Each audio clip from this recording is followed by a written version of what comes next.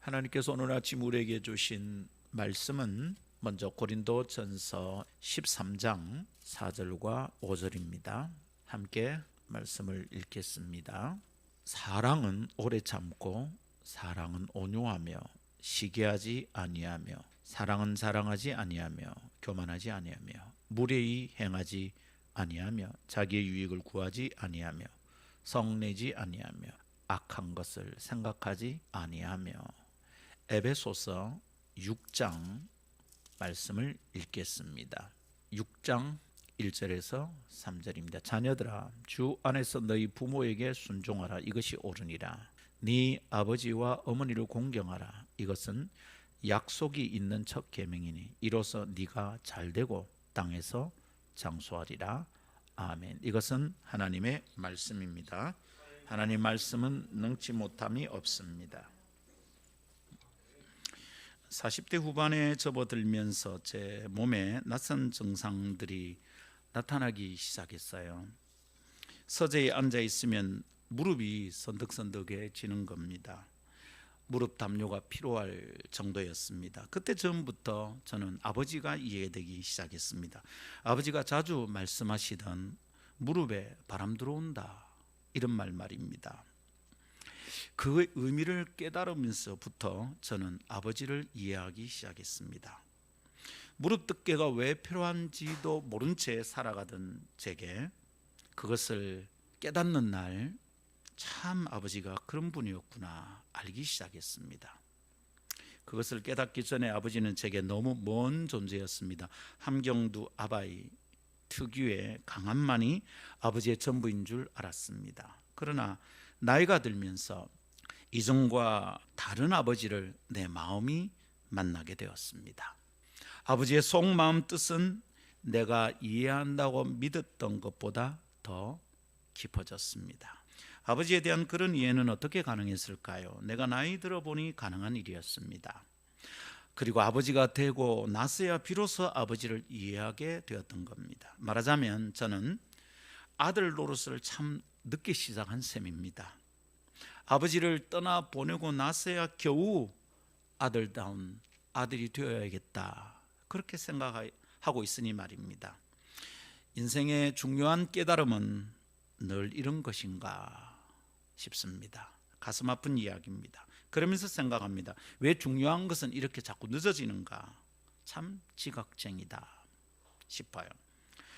그래도 나는 안다고 자신하던 것들이 있었습니다. 그러나 실상은 알고 있다고 여기던 것에 묶여서 살았던 겁니다. 차라리 모른다고 했으면 자유로웠을 텐데 내가 알고 있다고 생각하니 멍해가 되었습니다. 허망하고 의미 없는 지식은 진리로 이끌지 못한다는 것을 우리가 기억해야 되겠습니다. 진리에 이르는 지식이 아니라면 내 영혼을 자유케 할 수가 없습니다. 그러니 어리석음이 어리석음을 대신하고 어두움이 어두움을 다시 덮는 형국이 될 수밖에 없습니다. 그래서 어떻게 깨달을 수 있을까 생각하게 됩니다. 늘 후회만 남기는 안타까운 지각대장일 뿐인데 어떻게 깨달을 수 있었을까? 참 안타까운 심정으로 오늘 말씀을 대합니다. 그래서 오늘은 충고하고 조언할 수 있는 어른이나 아비의 마음이 아니라 늦은 아들의 마음으로 이 말씀을 대합니다. 설교하는 일이 목사의 책무이긴 하나 오늘은 설교만 하고 싶지는 않습니다. 늦은 아들 노릇이라도 제대로 하고 싶어서입니다. 그래서 말씀을 통하여 우리가 함께 답을 찾고 제대로 된 아들 노릇, 딸 노릇이 시작되기를 축복합니다. 어머니 날을 지나며 부모를 섬기는 자녀의 자세는 어떠해야 하는가? 말씀에 귀를 기울여 다음 세 가지 생각의 꼭지를 풀어내 봅시다. 그리하여 무례하지 않은 자식의 삶을 살아내 봅시다. 첫 번째는 무례하지 않는 자녀는 부모를 공경할 줄 압니다. 두 번째, 무례하지 않는 자녀는 부모에게 순종할 줄 압니다. 세 번째, 무례하지 않는 자녀는 하나님의 복을 받습니다. 이 세 가지 말씀을 나눌 때 부모에 대한 올바른 자세를 깨닫고 순종하는 하나님의 자녀들이 되기를 바랍니다. 첫 번째 따라합시다. 무례하지 않은 자녀는 부모를 공경할 줄 압니다. 무례하지 않는 자녀의 특징이 부모 공경이다, 이 말입니다. 지난 주일 강론을 통하여 우리는 사람다운 사람은 사랑하는 사람이다, 이렇게 배웠습니다. 참 사람은 사랑할 줄 안다, 이 말이죠. 인격이 풍성해지고 성품이 고르게 발달한 사람은 사람을 사랑할 줄 아는 사람입니다. 사람을 사랑하는 것, 그것이 하나님의 기뻐하시는 도리이고 그리스도인이 따라야 될 삶의 목표이기도 합니다. 이렇게 우리는 지난주를 함께 나누었습니다. 그 사랑의 도에 대한 가르침을 묵상하노라면 인간관계의 핵심이 될 소중한 원리 하나가 서로를 엮는 고리처럼 드러나 보인다고 했습니다. 그것이 뭐라고 그랬죠? 무례히 행치 않음. 고린도전서 13장을 통해서 우리가 배우는 바입니다. 무례하게 행동하는 사람들이 있는 곳에는 늘 다툼과 깨어짐이 발생합니다. 무례하다는 것은 참 사람다움과는 거리가 먼 것입니다. 모든 인간관계에 무례하지 않음이 필요합니다. 그렇다면 부모와 자녀의 관계에서도 부모에 대한 자녀의 자세와 태도에도 적용되는 원리일까요? 당연한 일입니다. 자녀가 부모에게 예를 지켜 대한다는 것은 어쩌면 우리가 사는 세상 속에서 상식에 해당되는 이치라 하겠습니다. 그거 잘 안 되면 우리가 종종 들어먹는 욕이 있습니다. 저런 무슨 자식, 이렇게 막 욕을 듣기도 합니다. 그러나 우리는 상식적인 차원에서 사는 것이 그리스도인에게 안전한 일인가 생각해 봐야 됩니다. 우리는 상식으로 살아서 안전한 사람들이 아닙니다. 성경이 가라는 곳까지 가고 멈추라는 곳에 멈추어야 우리는 안전한 사람들입니다. 그게 안전한 삶의 원리, 평화로운 삶의 원리인 줄 믿습니다. 그래서 성경을 통해서 자녀의 도를 생각해 보아야 되겠습니다. 상식적인 차원에서 우리 집안의 분위기에서 생각하고 끝날 일이 아니다, 이 말입니다. 우리가 선택해서 묵상하길 원하는 것은 에베소서입니다. 바울 사도가 에베소 교회에 보낸 편지에서 성령 충만하여 새롭게 된 인간관계를 설명하고 있는데, 특별히 자녀와 부모의 관계, 자녀의 자세를 언급하는 것을 한번 보십시오. 뭐라고 그럽니까? 부모를 공경하라라고 권합니다. 부모 공경, 이것은 하나님의 뜻입니다. Honor your father and mother.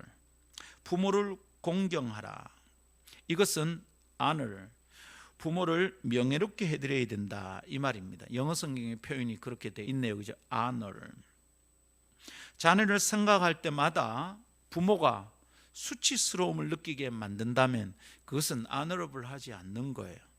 그건 부모를 명예롭게 하는 게 아니에요. 공경하지 않는 거죠.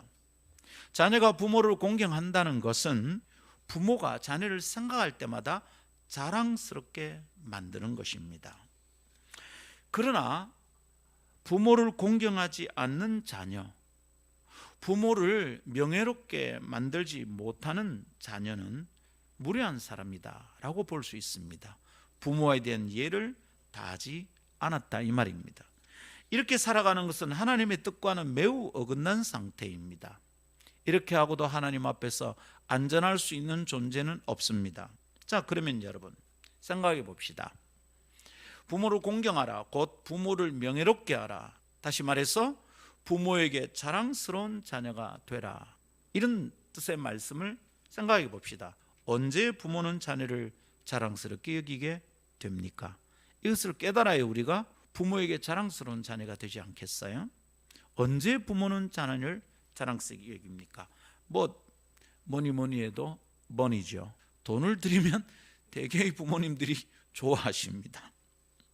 뭘 선물을 하면 돈으로 갖고 온나 그러시는 분들이 계십니다. 그래, 오지 말고 돈만 보내라.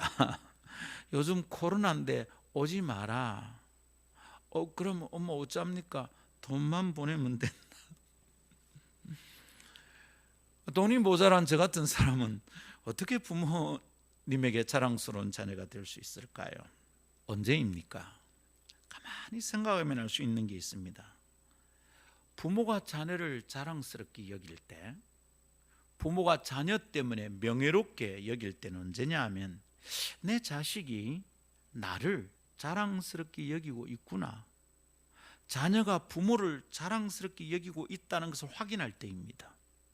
거꾸로 언제 자녀가 참 자랑스럽지 않으냐 하면 내 자식이 나를 자랑스럽게 여기지 않는구나, 이 녀석이 나를 존중하지 않는구나, 나를 부끄럽게 여기는구나 라는 것을 확인하면 그때 나는 자녀로부터 자랑스럽게 여겨지는 부모가 아닌 거예요. 여러분, 언제 부모는 자녀가 나를 자랑스럽게 여긴다는 것을 확인할 수 있을까요? 물론 아까처럼 돈을 드릴 때, 선물을 할 때, 이럴 때도 부모는 자녀가 자랑스럽지 않겠습니까? 그렇습니다, 여러분. 선물을 하고 있는 자녀의 마음이 읽히기 때문입니다. 선물의 가격이나 선물의 종류가 아니라 선물을 하고 있는 자녀의 마음이 부모를 존중히 여긴다는 것이 읽힐 때 선물을 하는 자녀가 참 자랑스럽습니다. 얘가 나를 자랑스럽게 여기고 있구나, 그런 확인이 가능해진단 말입니다. 그렇다면 우리 선물을 할 때 어째야 되겠습니까? 선물에는 존중히 여기고 자랑스럽게 여기는 마음이 담겨 있어야 되겠습니다. 선물이라고 받는데 때로 여기에 존중심이 담겨 있지 않다는 게 느껴질 때가 있어요.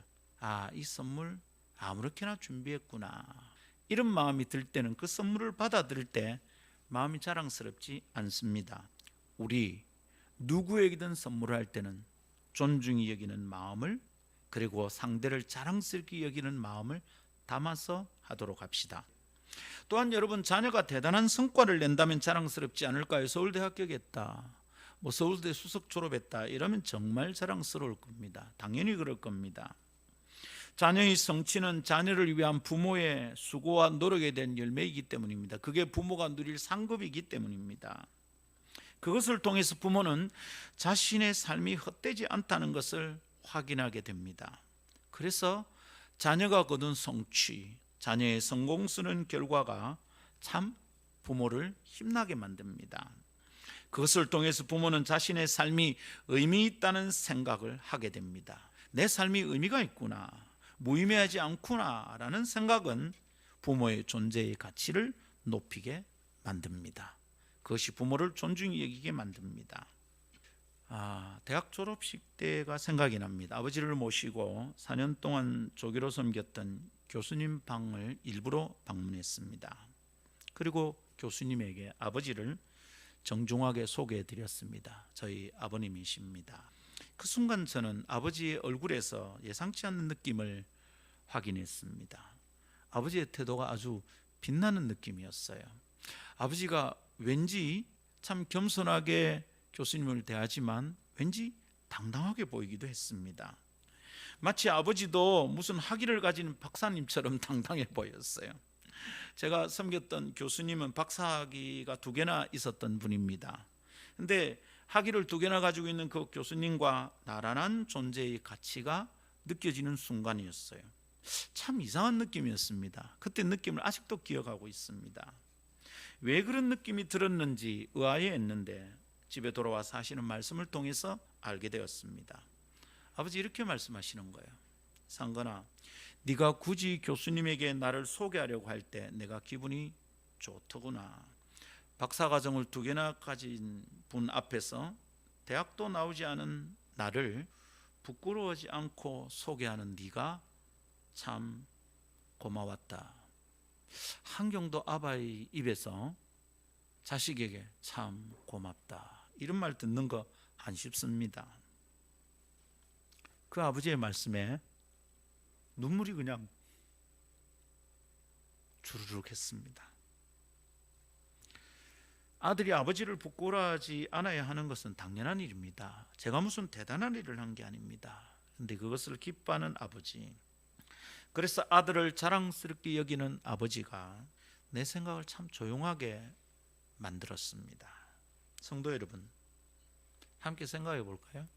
저는 아버지를 자랑스럽게 만든 자랑스러운 아들이었을까요, 정말로? 여러분은 잘 모르는 저만 아는 일들이 참 많답니다. 돌아보면 참 부끄러운 일이 많습니다. 저는 아버지에게 자랑스러운 아들이 될 만한 조건을 가진 것보다 아버지를 힘들게 만들고 마음을 어렵게 만들었던 기억이 더 많습니다. 아버지의 소원대로 행하지 못한 일들이 너무 많아서 아버지를 추억하는 것이 제게는 쉬운 일이 아닙니다. 대학에 가는 것도 아버지의 뜻대로 하지 못했습니다. 공대를 가기 원했지만 문과대학을 갔습니다. 공고를 나온 녀석이 공대를 가지 않는 것 때문에 아버지가 많이 실망했던 것을 기억합니다. 신학대학원을 선택하고 목사가 되는 것도 모두 아버지의 바람과는 달랐습니다. 목사가 되어서도 번듯하고 큰 교회 담임 목사가 되면 참 좋겠는데 선교단체를 한답시고 쫓아다니는 것이 아버지의 마음을 참 힘들게 했었다는 것을 저는 알고 있습니다. 그래서 늘 마음에 무거움이 있습니다. 그런 아들이 자랑스러우셨을까 생각해 보면 그다지 자랑스러울 만한 것이 없다는 것을 깨닫습니다. 그런데도 아버지는 저를 자랑스럽게 여겨 주셨습니다. 알게 됩니다. 어떻게 부모가 자식을 자랑스러워하는지 이해하게 됩니다. 여러분, 대개의 부모는 자식 바라기, 자식 바보입니다. 저를 아는 사람들은 저를 보고 딸 바보, 아들 바보다 이런 얘기를 합니다. 그런데 제 생각에는 어지간한 부모들은 다 아들 바보, 딸 바보인 것 같습니다. 여러분, 여기만 봐도 그렇습니다. 우리 오세훈 집사 보십시오. 완전히 자식을 대할 때 보면 완전히 바보 천치 같아요. 똑똑한 사람이거든요. 일처리 잘해요. 그리고 뭐 기계 만지고 컴퓨터 만지고 이런 거 보면 제 눈에는 천재 같습니다. 근데 자식 앞에 서면 자식한테 계산 없이 다 해주는 사람 같아요. 너무도 가정적이에요. 너무 자녀 친화적인 존재인 것 같습니다. 물론 이래 말하면 이현주 집사님이 나중에 마치고 저한테 따질지도 모르겠습니다만은 정도의 차이는 있지만 대개 부모는 자식 바보가 맞습니다. 그래서 자식이 조금만 잘하면 그저 자식 자랑이 정신이 없습니다. 그래서 어지간하면 자녀를 자랑하십니다. 무엇을 잘한다 싶으면 여지없이 자랑이 쏟아집니다. 어릴 때는 시원하게 갈기는 어린애의 오줌바리서부터 시작하여 밥 한 그릇 뚝딱 비워버리는 식욕에 이르기까지 다 자랑거리입니다. 그게 뭔 자랑이라고. 그래서일 겁니다. 부끄러운 나 같은 사람도 아버지의 자랑거리일 때가 있었던 겁니다. 그러나 우리 생각합시다. 자식 바라기인 내 아버지가, 내 어머니가 내를 자랑스럽게 여긴다고 내가 정말 자랑스러운 사람일까요? 내가 이렇게 살아도 괜찮은 걸까요? 우리 자식을 자랑스럽게 여기는 부모님에게 감사합시다. 나 같은 녀석도 자랑스럽게 여겨주시니 참 감사하다. 괜히 나를 대단한 존재로 착각하고 교만하지 말고 감사합시다. 그리고 생각합시다. 부모를 자랑스럽게 만드는 것이 무엇인지 이제 본격적으로 생각해 봅시다. 언제 아버지는 나를 부끄럽게 생각하는가? 언제 어머니는 나를 자랑스럽게 여기는가? 어떤 상황에서 어머니는 내가 부담스러운가? 그것을 생각해 봅시다. 그리고 우리 부모님을 자랑스럽게 명예롭게 만들어 드립시다. 다시 이야기하지만 어지간하면 부모님은 자녀를 자랑스럽게 여긴다는 걸 기억하면서 그렇게 합시다. 자식 자랑에 늘 말이 앞서는 부모님들에게 어지간하면 우리가 하려고 하는 일은 실패하지 않을 것입니다. 명심하며 그렇게 합시다. 무례하지 않는 자녀는 부모를 공경합니다. 부모를 honorable하게 만듭니다. 그러니 우리 부모를 자랑스럽게 만들어드리는 자녀들이 됩시다. 두 번째 따라하겠습니다. 무례하지 않는 자녀는 부모에게 순종할 줄 압니다. 성경은 자녀가 부모를 공경하라라고 가르칩니다. 그리고 또한 함께 부모에게 순종하는 일이 옳다 이렇게 얘기합니다. 오늘 에베소서 6장 1절에서 3절 내용은 자녀가 부모에게 대할 태도를 가르치고 있는데요. 거기에 지침이 두 가지입니다. 뭡니까? 순종하라, 공경하라. 두 개입니다. 근데 이 순종하는 것이 옳은 일이랍니다. This is right. 왜냐하면 그것이 옳은 일이기 때문이다, 이런 뜻이죠. 옳다 이 말입니다. 그게 대단하다, 그게 굉장한 일이다 말하는 게 아니라 그게 옳다. 그러니 여기에는 토달지 않고 우리가 순종해야 될 일입니다. 자, 그런데 오늘 에베소서 6장 1절부터 3절 이 세 절을 가만히 살펴보면 그 구조가 부모에게 순종하는 그것이 곧 부모를 공경하는 것이라는 것을 알겠습니다. 가만히 보면 그렇습니다. 자, 1절에서 자네들아 주 안에서 부모에게 순종하라 이래 놓고 2절 3절을 뭐라고 얘기하면 한번 볼까요? 네 아버지와 어머니를 공경하라, 이것은 약속이 있는 첫 계명이니, 이럽니다. 이게 따옴표예요. 따옴표예요. 그러니까 십계명에 있는 것을 그대로 가지고 왔다 이 말입니다. 자, 순종하라 그래 놓고 공경하라 이러면서 따옴표를 딱 가지고 옵니다. 마치 순종하는 것은 이것이다 라고 예를 드는 것 같습니다. 자, 이 얘기 무슨 얘기인지 아시겠습니까? 결국 부모에게 순종하는 것이 뭐냐 하면 부모를 공경하는 것이라는 걸 알겠어요. 부모에게 제대로 순종하는 사람은 어떤 사람이다? 부모를 공경하는 사람이다 이 말입니다. 부모에게 순종하는 것이 최고의 공경인 셈입니다. 여러분 생각해 보십시오. 불순종하는 아들을 어떤 부모가 자랑스럽게 여기겠습니까? 말끝마다 대꾸하고 순종하지 않는 사람, 그런 자녀를 둔 사람이 어떻게 다른 사람 앞에서 자기가 부끄럽지 않겠어요? 사람 다 보는 데서 순종하지 않는 자녀를 가지고 있는 부모라면 사람 다 보는 데서 불순종하는데 어떻게 부모가 공경을 받을 수 있겠습니까? 부모의 말을 존중히 여기지 않는 딸이 불순종하는 아들이 부모의 명예로움이 되겠습니까? 순종하는 자녀를 둔 부모의 자랑스러움을 어디다 비하겠습니까? 순종은 부모를 공경하는 최고의 선물입니다. 어버이날이라서 저도 카네이션 받았고요. 우리 다 이렇게 어머니 가슴에 아버지 가슴에 꽃을 다다르댔잖아요. 저도 선물을 조금 챙겨서 어머니에게 드렸습니다. 봉투에 이렇게 색깔 누런 거 이렇게 몇 장 넣어서 드렸습니다. 여러분 그것이면 달까요? 부모를 공경하는 자녀가 드릴 최고의 선물은 순종입니다. 순종할 때 부모가 확인할 수 있습니다. 얘가 나를 자랑스럽게 여기고 있구나. 우리가 부모에게 순종할 때 우리 부모님이 확인할 수 있습니다. 얘가 나를 명예롭게 하고 있구나 라는 것을 확인하십니다. 그런 의미에서 저는 좋은 아들이 아니었던 것 같습니다. 지난 주간 어머니를 찾아뵈었는데요, 어머니와 오래 대화를 하면서 이전에 생각지 않는 것들을 참 많이 생각했습니다. 제가 불효한 생각이 참 많이 났어요. 내가 불효자구나 라는 생각이 나서 참 부끄럽고 잠깐 슬픈 마음이었습니다. 그래서 제가 어머니 손을 잡고 이렇게 말씀드렸어요. 어머니 죄송합니다. 더 높은 분의 뜻을 따르려고 목사가 되었는데 그래서 어머니 아버지에게는 불효가 된 것 같습니다.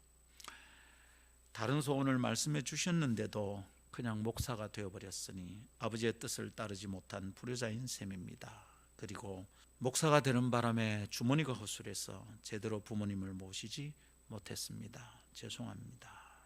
그렇게 말씀드렸어요. 목사가 되었다는 것은 제게 전혀 부끄럽지 않습니다. 굉장히 자랑스럽습니다. 저 같은 사람도 목사가 되었다는 것이 얼마나 자랑스러운지, 얼마나 하나님께 감사한지 자랑스러움이 넘치고 넘칩니다. 그렇지만 목사를 아들로 둔 부모님들에게 그것은 여전히 끝나지 않은 고생길이었습니다.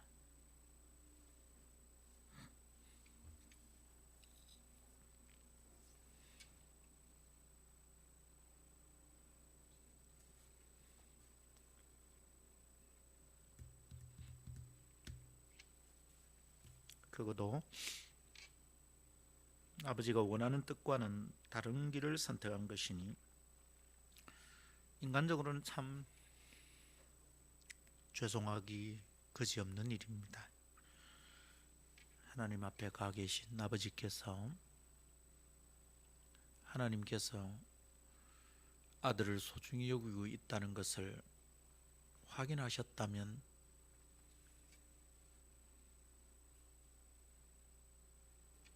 하늘에서만이라도 아들이 자랑스럽지 않을까? 그런 기대를 해봅니다. 여튼 저는 불효자입니다. 그래서 늦지 않게 남은 것이라도 잘하고 싶습니다. 우리 함께 부모에게 순종하여 부모를 명예롭게 해드립시다. 최근 어떤 드라마를 보다가 순종에 대하여, 부모를 명예롭게 하는 것에 대하여 깨달을 기회가 있었습니다. 내가 알아서 할게요 라고 말하는 것이 부모에게 참 가슴 아픈 일이었다는 것을 알게 되었다. 이렇게 말하는 주인공의 대사를 들으면서 알게 되었어요. 내가 알아서 할게요. 이게 부모를 얼마나 가슴 아프게 만드는가, 그를 내가 이제야 알았다. 그것을 드라마 속 주인공은 치매기가 시작된 늦은 나이에 깨달았다고 고백하더라고요. 그 장면에서 제 가슴이 막 아려왔습니다. 깊은 공감이 일어났습니다. 나빌레라 얘기입니다. 내가 알아서 할게요. 이건 제가 참 자주 하던 말이었습니다. 아버지는 장남이 고등학교 입학하던 날부터 집안의 중요한 일에 대하여 아들의 의견을 묻곤 했어요. 집안의 중요한 일을 결정할 때 제게 묻지 않고 결정했던 적이 없으십니다.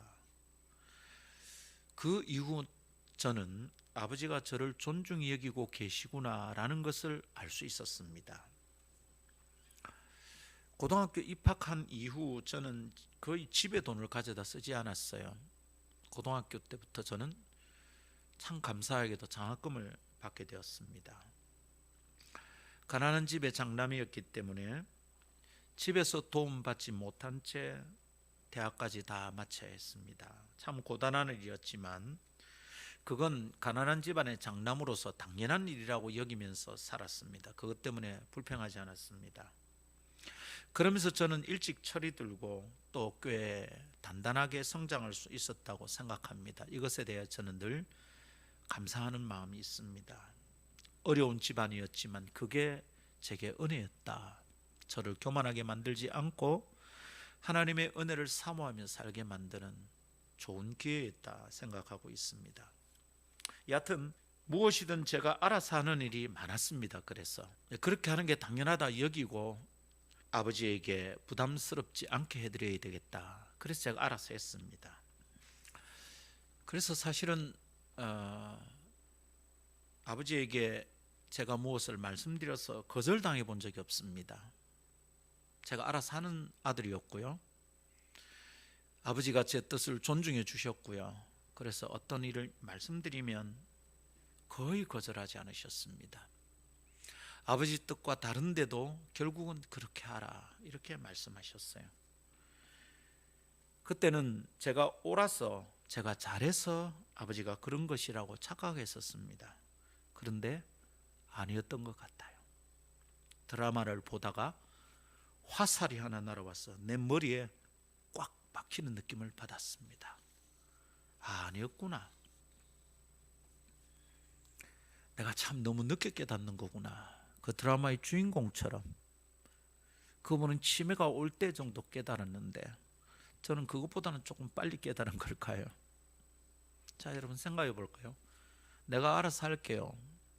우리 그 부모에게 참 많이 하는 얘기입니다. 저도 제 아이들에게 들어본 얘기입니다. 내가 알아서 할까요? 자, 질문합니다. 이건 순종일까요? 불순종일까요? 무엇을 안 하겠어요? 이러면 불순종이라는 게 너무 분명하잖아요. 그죠? 근데 무엇을 안 하겠다는 말이 아니잖아요. 알아서 하겠다는 겁니다. 그러면 이게 순종일까요? 불순종일까요? 굳이 불순종이라고 말할 근거는 충분하지 않습니다. 그런데 그것은 순종도 아닌 것 같아요. 내가 알아서 할까요? 이 어떤 의미를 가지고 있는지 한번 생각해 볼까요? 이 말은요, 부모의 뜻과 말에 내가 기쁘게 동의하지 않고 있다는 의미입니다. 내가 알아서 할게요. 아니 그거 말고 야야 이래라. 엄마 내가 알아서 할게요. 내가 부모의 뜻에 기쁘게 동의하지 않고 있다는 거죠. 여러분, 기쁘게 동의하지 않는데 순종이 가능합니까? 불가능하죠. 기쁘게 동의하지 않을 때는 순종이 안 되겠구나, 이걸 알겠습니다. 그러니 그렇게 말하고 살아가는 것이 부모를 자랑스럽게 만들지 못하겠다 싶습니다. 그런 깨달음을 얻습니다. 드라마를 보다가 은혜를 받은 겁니다. 참 제 그 드라마 눈물 흘리며 봤습니다. 공감이 참 많이 됐어요. 그렇습니다, 여러분. 즐겁게 동의할 때 즐거운 순종이 가능해집니다.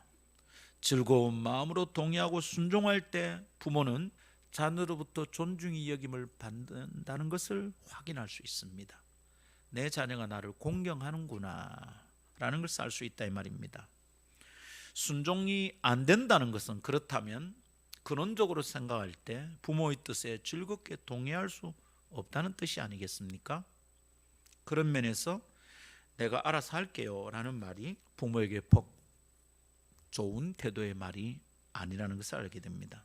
또 한 가지 더 생각할 것은요, 내가 알아서 할게요 라는 말은 부모의 방식과 뜻이 내 마음에 들지 않는다는 의미가 담겨 있지 않겠습니까?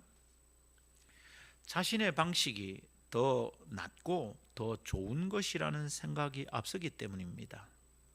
왠지 엄마 아빠의 방식이 좀 구닥다리 같아요. 요즘 사람이 누가 그렇게 해요? 그러니까 엄마 내가 알아서 할게요. 아버지 그냥 내게 맡겨두세요.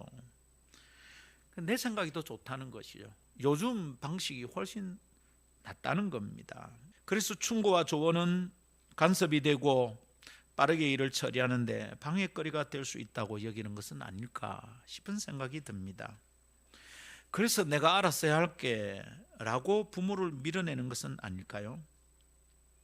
드라마의 주인공이 자녀에게 차분하게 설명하는데 그 장면에서 저는 제 아버지께서 저에게 말씀하시는 것 같은 느낌을 받았습니다.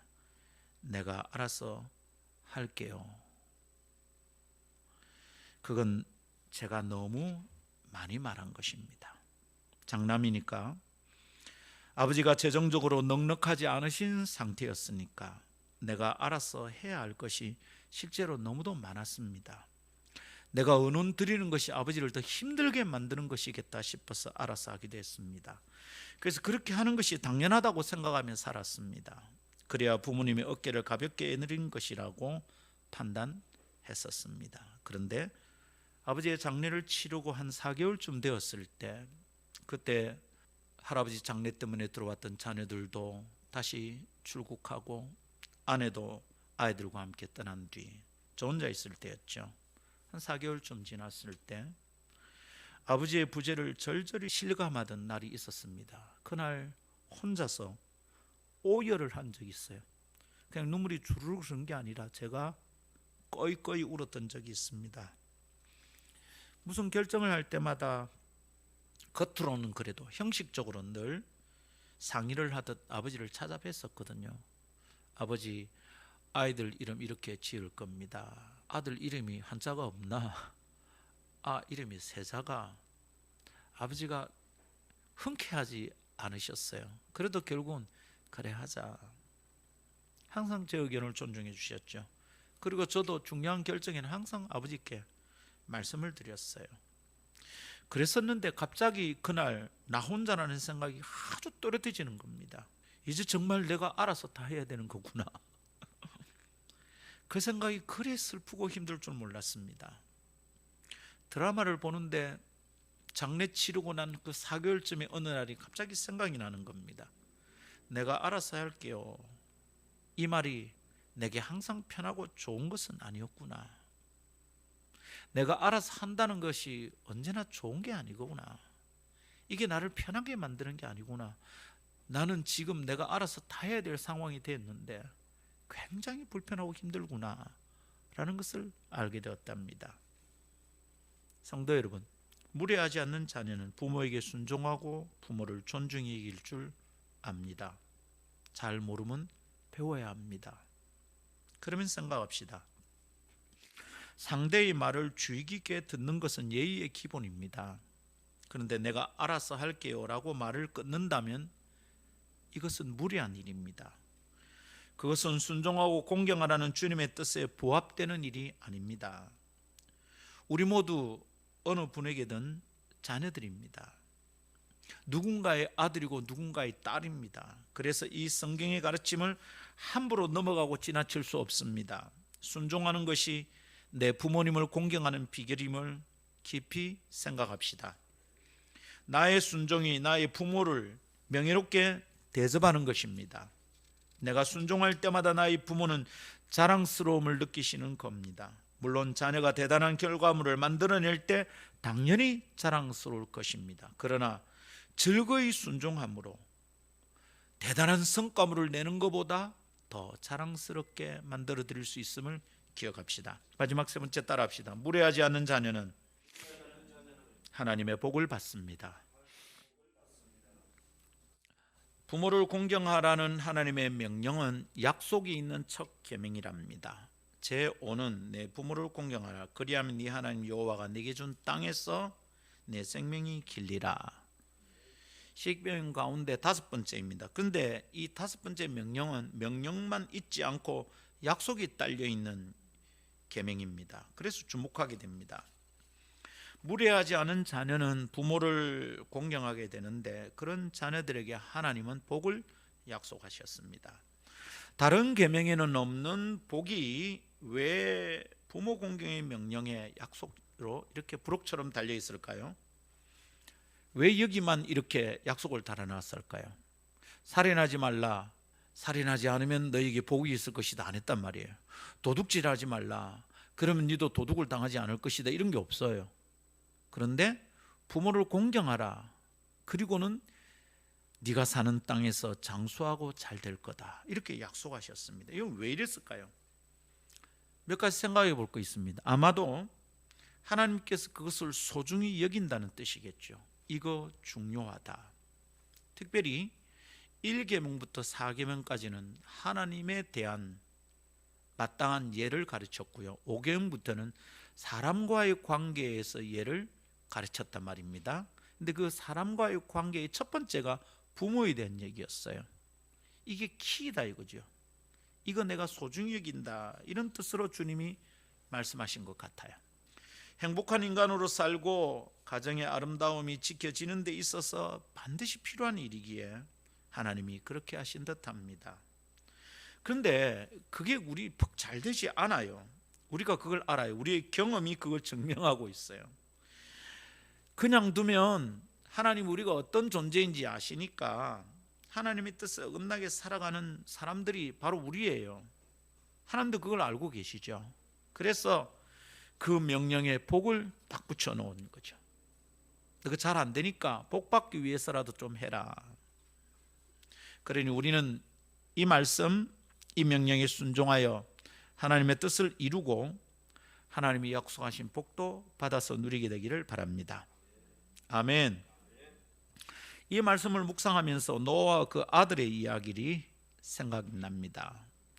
노아의 세 아들의 결과는 우리로 하여금 생각을 많이 하게 만듭니다. 우리 다 아시죠?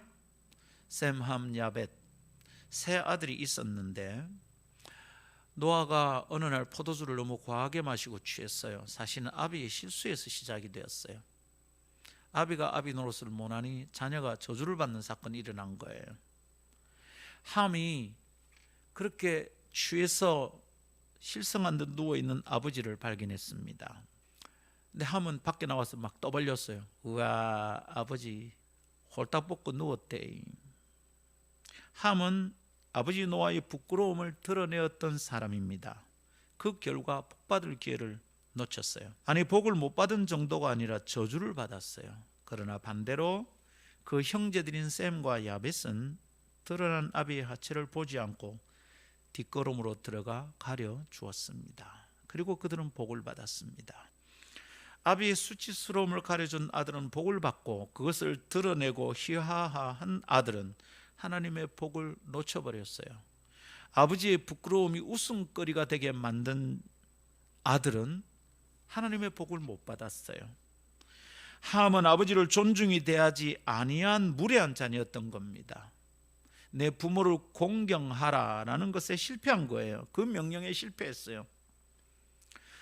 그가 받은 저주는 매우 가슴 아픈 일입니다. 그렇지만 우리는 그것이 중요한 지침이 되어 깨닫게 만드는 기회가 됩니다. 성도 여러분, 순종하여 부모를 명예롭게 하는 자녀들이 됩시다. 그리고 하나님의 복을 놓치지 말고 받는 사람들이 됩시다. 자, 근데 한 가지 조심할 게 있는 것 같습니다. 그런데 사실은 늘 순종하는 자녀만 우리가 주변에서 볼 수 있는 게 아니잖아요. 순종을 안 하는 자녀를 어떻게 봐야 할까요? 내 자식이든지 아니면 다른 집의 자녀든지 참 말 안 듣는 아들 있거든요. 제가 어떤 사람을 평가할 때 사람을 좀 낮게 평가하는 경우에 쓰는 말들이 몇 가지 있습니다. 그 중에 하나가 그 친구는 잘 가르쳐지지 않는 사람이다. 이렇게 말하면 제가 제자처럼 여기면서 함께 있었던 사람들에 대해서 거의 최악의 평가인 셈입니다. 잘 가르쳐지지 않는다. 이것을 제가 좀 더 심하게 말하면 이래 말합니다. 참 말 안 듣게 생겼지. 이러면 저는 사람을 굉장히 심하게 평가한 상태입니다. 물론 이제 농담처럼 나눌 때는 또 다르게 말도 합니다만은 설교하는 강단에서 그런 말을 다 할 수는 없고요. 참 말 안 듣게 생긴 아들이 있습니다. 어떻게 저렇게 순종하지 않을까? 말을 안 들어요. 여러분, 말을 안 듣는 애들은 하나님께 복을 못 받거든.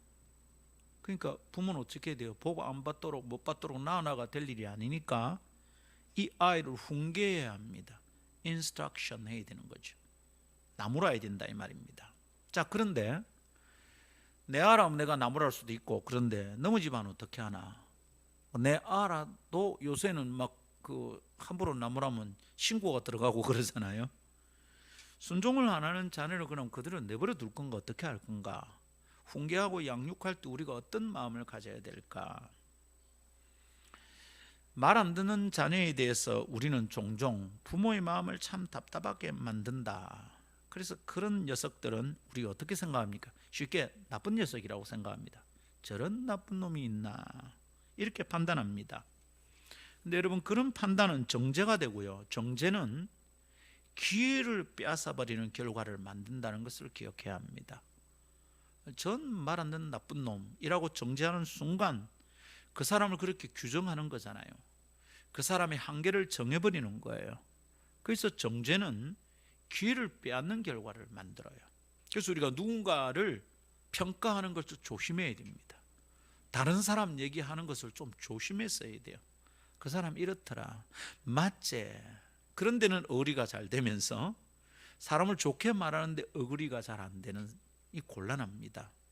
같은 말을 해야 된다라고 할 때 우리 이미 말씀을 나눈 적이 있습니다. 그죠? 순종하지 않는 아이들을 그럼 어떻게 해야 되냐? 좀 우리가 다르게 생각할 필요가 있다 싶습니다. 순종을 안 하는 나쁜 자녀가 아니라 아직 배울 것이 남은 자녀라고 생각하면서 지켜봅시다. 아직 다 배운 상태가 아니라고 생각하면서 가르쳐 봅시다. 아직 순종이 무엇인지 못 배워서 저렇다, 순종을 훈련하지 않아서 그렇다, 이렇게 생각하고 주의 교훈과 훈계로 양육합시다.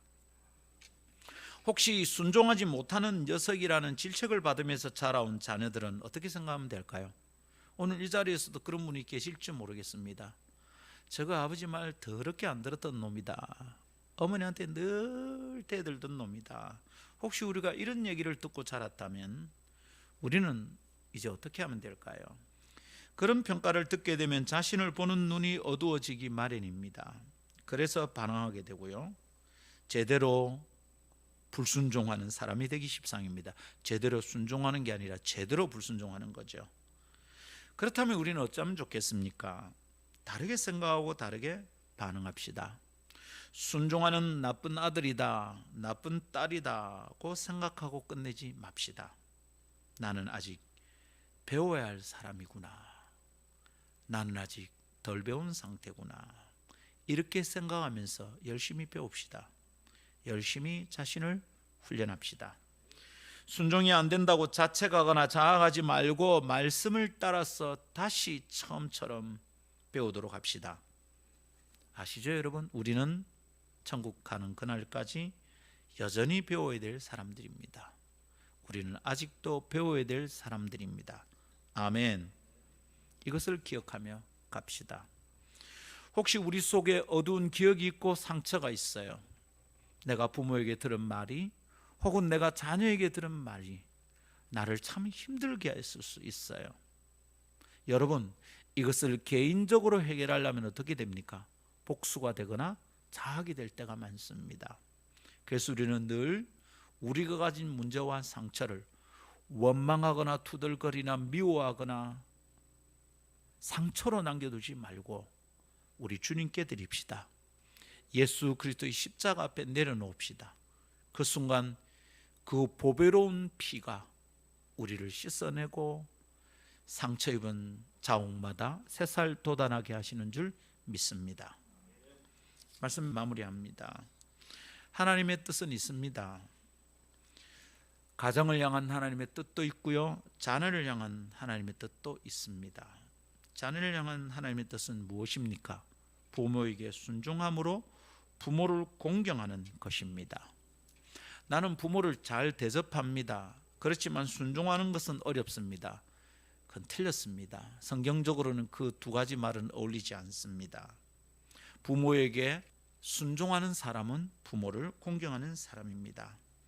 자녀의 마음에 부모를 자랑스럽게 여기는 것이 부모에게 확인되고 전달된다면 그것이야말로 부모의 명예로움의 뿌리가 될 것입니다. 그런데 사탄은 하나님의 뜻을 흐려놓습니다.